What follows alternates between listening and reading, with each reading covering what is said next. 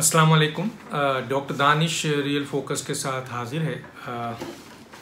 आज़ाद कश्मीर का इलेक्शन कल रिज़ल्ट आ गया, आपने रिज़ल्ट देखा।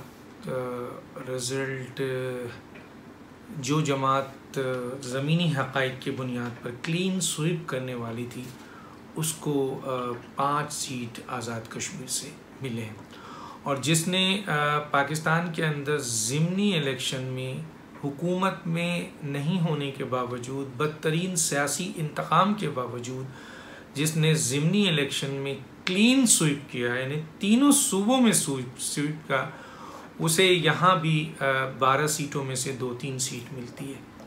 ज़रा ये तसव्वुर करें कि कैसा इलेक्शन। और वो पार्टी जिसको पाकिस्तान से 2016 में सिर्फ 2 सीट मिली थी, और जिसने हुकूमत में रहते हुए जिसको तमाम ज़िमनी इलेक्शन में बदतरीन शिकस्त का सामना करना पड़ा तीनों सूबों में, यानी जिन सीटों पे वो जीत चुके थे वहाँ भी उनको हार हुई है, कराची में भी और आपके KPK में भी। वो जमात, और जहाँ ज़मीनी हक़ाइक़ जो बता रहे थे कि जी आज़ाद कश्मीर में जिसका कोई वजूद नहीं है उसको 25 सीट मिल गई है। क्या मैनेज इंतख़ाबात हैं, किस तरह के ये इंतख़ाबात हैं।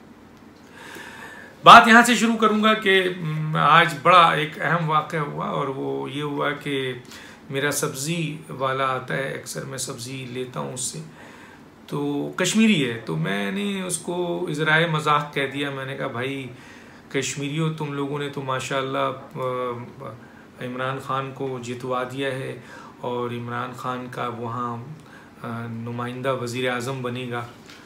तो वो जो बातें उन्होंने कही है उसको तो मैं सेंसर करता हूँ, लेकिन मैं आगे बढ़कर 1-2 जुमले आपको ज़रूर बताना चाहता हूँ। उसने कहा डॉक्टर साहब, अगर मुझे इंटरनेशनल इस्टेब्लिशमेंट या पाकिस्तानी इस्टेब्लिशमेंट की सपोर्ट हासिल हो तो मैं भी वज़ीर आज़म पाकिस्तान बन सकता हूँ। बड़ी बात कह गया वो, बड़ी बात कह गया।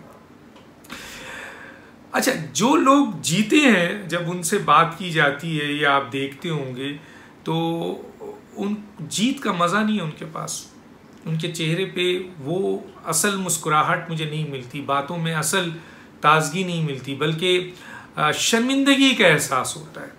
और जो लोग हारे हैं उनसे जब बात करो तो उनको गमगीन होना चाहिए, तकलीफ़ में होना चाहिए कि वो एक रेस हार गए हैं, नहीं, वो बहुत गुस्से में हैं।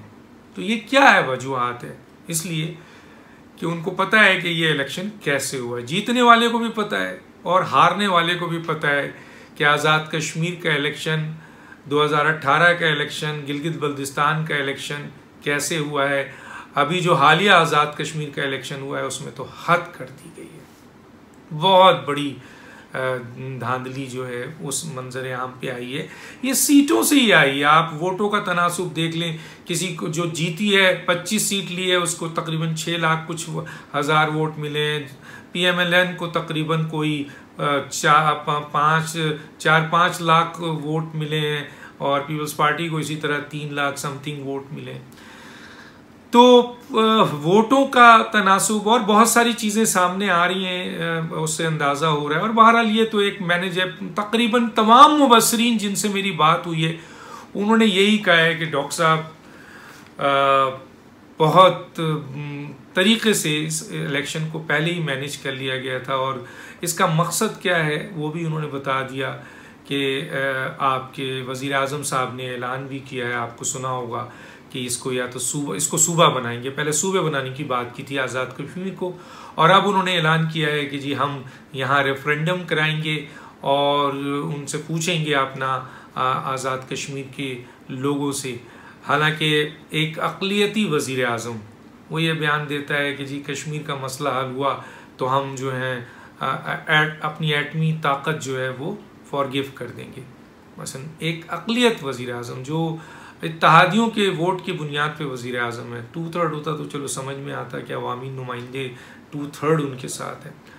इसी तरह एक अक़लियती वज़ीर आज़म कश्मीर में ऐलान कर रहा है सलामती कौंसिल की करारदाद की नफ़ी, क़ायद आज़म के फरमान की नफ़ी, 70 साल में जो पॉलिसी थी अस्करी जो आपके यहाँ पे क़यादतें रहीं मुल्क की सरबराही की जिन लोगों ने और सिविलियन की, उन सब की मुत्तफ़क़ा 70 साल में ऐसी कोई पॉलिसी नहीं है कश्मीर के बुनियाद पे जो इन्होंने दे दी है कि जी हम रेफरेंडम कराएंगे और इनकी मर्ज़ी से इनको दे देंगे। पहली बात तो ये है कि आप अक़लियती वज़ीर आज़म हैं, आपका ये इख्तियार बिल्कुल नहीं है। दूसरा ये है कि आप रेफरेंडम कराएंगे, आप पर इतने संगीन इल्ज़ाम है कि 2018 का इलेक्शन आपने चोरी किया है, गिलगित बल्तिस्तान का इलेक्शन साफ व शफाफ नहीं था, वो आपने चोरी किया है, पार्लियामेंट में जो इंतखाबात हुए जो ओहदों के, उसको सारी दुनिया जानती है कि आपने मैनेज किया है। इसी तरह आज़ाद कश्मीर का इलेक्शन चीख चीख के कह रहा है कि हाँ आपने मैनेज किया है। तो एक ऐसा शख्स जो अक़लियती वज़ीर आज़म है और इतनी पुरानी 70 साल की पाकिस्तान की पॉलिसी है, करारदाद है, उन तमाम चीज़ों को लपेट के वो शख्स ये कहता है कि मैं रेफरेंडम कराऊंगा, उससे ये कैसे उम्मीद की जा सकती है कि वो साफ और शफाफ इलेक्शन कह ले? तो वो रेफरेंडम कराने की पोजीशन में नहीं है। दूसरा ये है कि वो शख्स जिस पे संगीन इल्ज़ाम है धांधली का, वो साफ और शफाफ रेफरेंडम कैसे करा सकता है? ये मेरे सवाल नहीं है, ये कौम का सवाल है। कोई इसका जवाब देना चाहे तो आ जाए, बैठे सामने आके बताए, फिर हम बताते हैं उसको। गालियां देने से या बदतमीजी करने से उससे कुछ नहीं है। हक़ाइक़ हक़ाइक़ है, सच सच है, हक़ हक़ है, तो इसमें कोई दो राय नहीं बनती है। और दूसरी बात यह है कि बिल्कुल हम वज़ीर आज़म इमरान खान से कहेंगे, बिल्कुल कहेंगे, और हम पहले भी कहते थे जब उनकी उस स्टेटमेंट को सपोर्ट करते थे तो वहाँ पर उनकी उस बातों को भी हम कहते थे। आज हम कहेंगे कि खान साहब कब तक आप बेसाखियों पे अपनी ज़िंदगी गुजारेंगे? कब तक आप जो है वो दूसरे के ज़ोर बाजू पर जो है वो इंतखाबात को चोरी करेंगे और हुकूमत चलाएंगे? कब तक आप जो हैं वो दूसरों के ताकत की बुनियाद पर धाड़ेंगे? आपकी अपनी सलाहियत की बुनियाद पर, अपनी ताकत की बुनियाद पर, अपनी मकबूलियत की बुनियाद पर, अपनी कारकर्दगी की बुनियाद पर, अपने काम की बुनियाद पर और अपनी अहलियत की बुनियाद पर अगर आप ये इलेक्शन जीतते और आपके पास सारी कारकर्दगी होती तो यकीनन और मकबूलियत आपकी होती और अवाम ने आपको वोट दिए होते तो यकीनन आप बहुत बड़े लीडर होते। लेकिन ये तो पूरी दुनिया जानती है कि आप कैसे लीडर बने हैं और किस तरह वज़ीर आज़म बने हैं, और अब ये तमाम इलेक्शन आप कैसे मैनिपुलेट कर रहे हैं, कैसे मैनेज कर रहे हैं। लोगों को, अवाम को, एक सब्ज़ी वाले को पता है, एक पान वाले को पता है।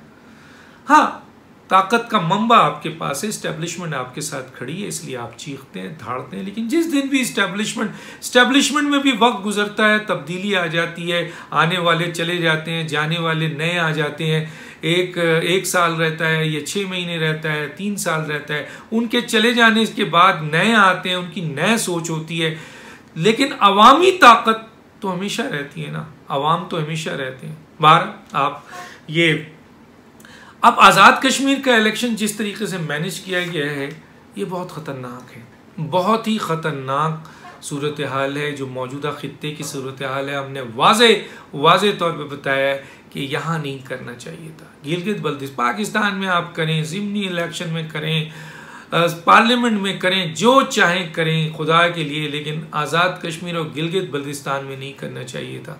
आपने देखा एक शख्स जो कैंडिडेट था उसने आवाज़ निकाली, मैं उसको यहाँ दोहराना भी नहीं चाहता क्योंकि मुझे तकलीफ़ हो रही है। कितनी बड़ी बात कर दी उसने, आप समझ गए होंगे, आप सारे लोग जानते हैं कि क्या बात उसने की और क्यों की। अब कुछ लोग उसकी इस स्टेटमेंट को संजीदा नहीं लेंगे, कुछ लोग उसकी इस स्टेटमेंट को इतना संजीदा लेंगे कि उसको गद्दार बना देंगे, और कुछ लोग ऐसे भी होंगे जो इसकी इस स्टेटमेंट की बुनियाद पे सियासत करेंगे, जैसे कर रही है मौजूदा हुकूमत, उस स्टेटमेंट को लेकर सियासत कर रही है। और कुछ ऐसे लोग होंगे, हम जैसे लोग, जो इस मुल्क से मोहब्बत करते हैं, जिनकी बहुत बड़ी तादाद है, उनको तकलीफ़ हुई होगी कि एक कश्मीरी ने आज ये आवाज़ क्यों उठाई है। यह आवाज़ तो हम मकबूजा कश्मीर में सुनते थे कि यहाँ पर हमारे हकूक़ पर कब्ज़ा किया गया और हमें आज़ादी से रहने नहीं दिया गया और हमारी वोट को तहफ़्फ़ुज़ नहीं है, तो हम पाकिस्तान से मदद लेंगे, हम दुनिया से मदद लेंगे। ये तो मकबूजा कश्मीर के में ऐसा हो रहा है। और उसके बाद क्या है मकबूजा कश्मीर में? एक के बाद दो, दो के बाद तीन, और फिर लाखों अफराद इसी स्टेटमेंट पे चले गए। और फिर क्या कर लिया भारत ने? भारत जैसी ताकतवर जो मुल्क है, इतना बड़ा मुल्क है, 10 लाख से ज़्यादा फौज उसने मकबूजा कश्मीर में उतार दी, लाखों शहादतें दे दी, लेकिन उन कश्मीरियों का कुछ नहीं बिगाड़ सकी बात। जानी माली आपने उनके साथ तबाही मचा दी, लेकिन उनके कौलो फेल में, उनके उस नारे में और मजबूती आ गई। तो जो संजीदा लोग हैं इस मुल्क के, जो इस मुल्क से मोहब्बत करते हैं, चाहे उनका ताल्लुक़ किसी भी शोबे से हो, किसी भी इदारे से है, उनको ये सोचना चाहिए कि ये स्टेटमेंट के ऊपर इसको संजीदगी से लें। ये एक स्टेटमेंट अभी आई है जो हमारे पाकिस्तान के दिल को चीर दिया है।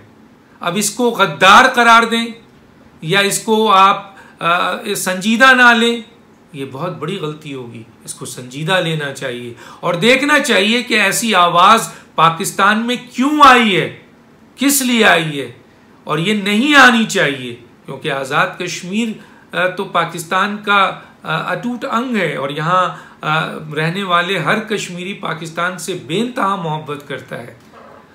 ठीक है, उनके रिश्ते हैं, वो तो मकबूजा कश्मीर को खींचना चाहते हैं अपनी तरफ, पाकिस्तान में लाना चाहते हैं ताकि एक पूरे कश्मीरी पाकिस्तान में आ जाए। तो ये बहुत ख़तरनाक सूरत हाल है। इस सूरत हाल को देखना चाहिए और उन लोगों को, उन इदारों को जिनके पास इख्तियार है, अरबाब इख्तियार है, ज़रूर सोचें कि आखिर ये आवाज़ क्यों आई है और कहीं ये आवाज़ मल्टीपल ना हो जाए और इस तरीके से बैनुल-अक़वामी ताकतें और भारत इस इंतज़ार में है कि आज़ाद कश्मीर से ऐसी आवाज़ें आनी शुरू हो जाए। तो खुदा के लिए उससे पहले कि यहाँ पे नाइंसाफ़ी इस तरह से आवाज़ निकाले, इनके जायज़ हकूक़ इनको देना चाहिए और इनके वोट का तहफ़्फ़ुज़ होना चाहिए। जो गलती हुई है और जो बहुत बड़ी गलती हुई है उसका मदावा होना चाहिए। डॉक्टर दानिश को इजाज़त दीजिए। अल्लाह हाफ़िज़।